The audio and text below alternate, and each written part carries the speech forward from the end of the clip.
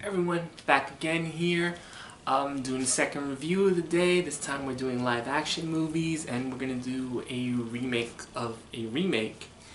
And we'll be discussing about 2015's Magnificent Seven.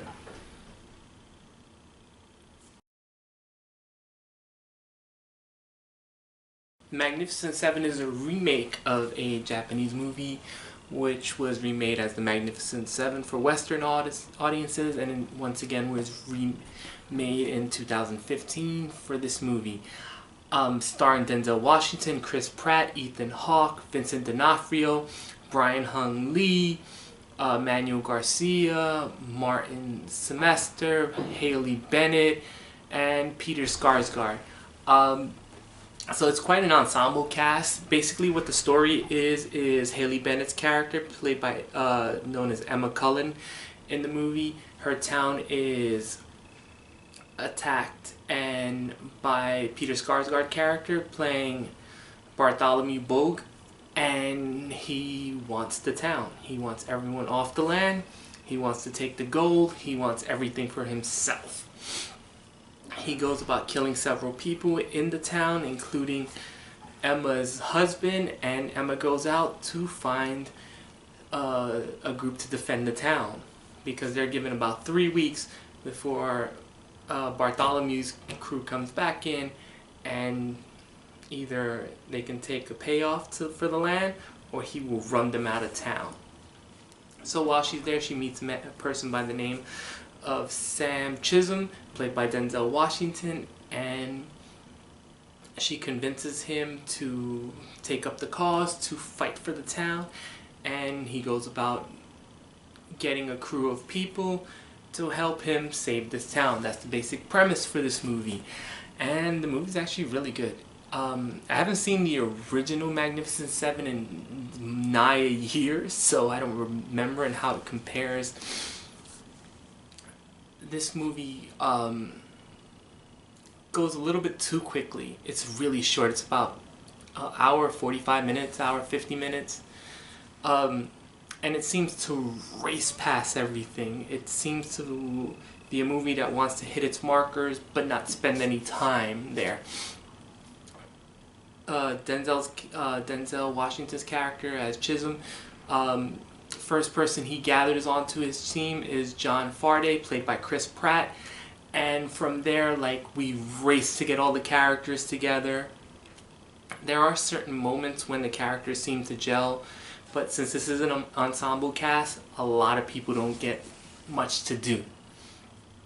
Like Billy Rocks, played by Byung-hun Lee, gets a lot more moments here or there. Vincent D'Onofrio as Jack Horner gets pieces here and there. Once again, he gets a lot less though. Martin Semester plays Red Harvest, barely gets anything to do besides the last fight scene. Who else there? Manuel Garcia as Vasquez.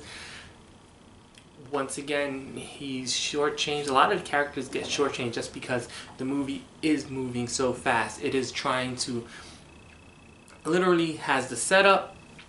Denzel Washington is introduced to the movie.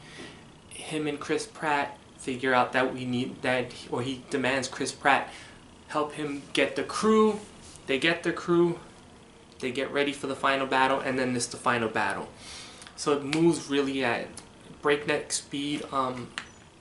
Unfortunately, I kind of want to wish that Denzel and Pratt got more to do together. But the brief moments they had, they did. Chris Pratt's charisma really shines when he gets a chance to talk.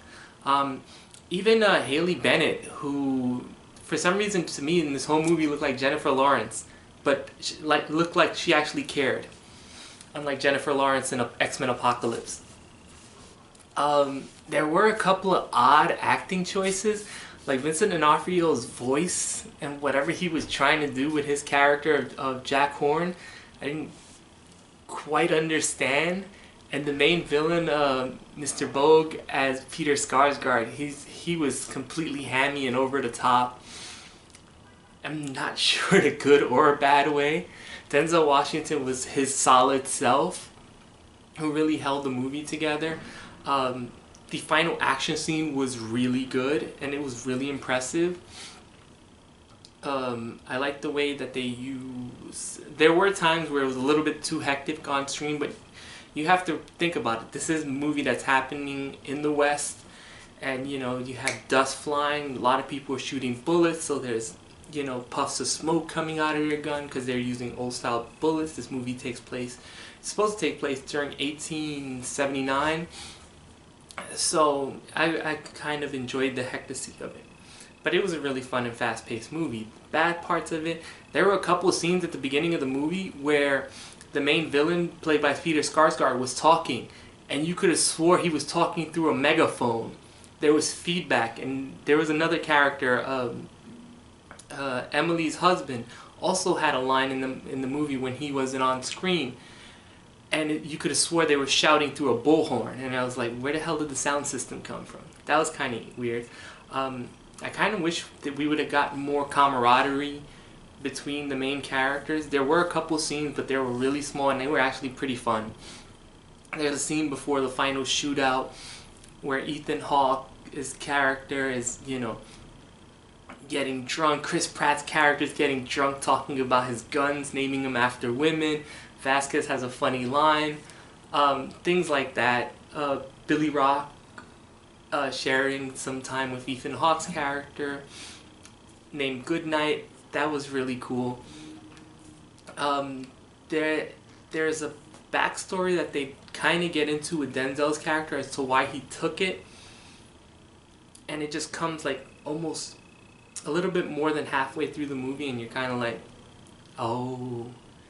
But then it appears again at the ending, but it kind of felt too sudden, and you kind of wish they would have built to it because it kind of felt like it came out of nowhere. There's a thing with Ethan Hawke's character, who he has some issues with his backstory, but once again, it comes out of nowhere, and his backstory is kind of less explained, and it was just like, oh, okay, this is a reason for him to not be there during the third act. But other than that, it was pretty good. Oh, one other thing I didn't like about, or I kind of found interesting about it, it wasn't shot like your typical Western. There wasn't one big sweeping establishing shot, or even when the horses were galloping, there wasn't, you know, that huge town shot until like literally the end of the movie. I kind of find that interesting. So I kind of, especially since I'm a huge fan of Westerns, so that was kind of fun. As a whole, I thought it was very enjoyable. It's a very good time. It's very quick pace, so there's not a lot of time for you to get bored. The action, when they finally get to it in the final scene, is pretty good. The shootouts were really good. The ending might surprise some of you, or pieces of it might surprise people. But I definitely say this is well worth it. I can't believe I've actually owned this movie for almost 2 years. I probably owned this, yeah, just about 2 years, and this is the first time I've seen it until today. So Magnificent Seven, I give it a 7. Solid movie. Definitely worth it. You know, there wasn't much to say bad about it, but it wasn't the greatest thing I've ever seen. So, and that's it for now. Hopefully come back a little bit later with the High School of the Dead, the movie. If not, I'll be doing it tomorrow morning. So, later.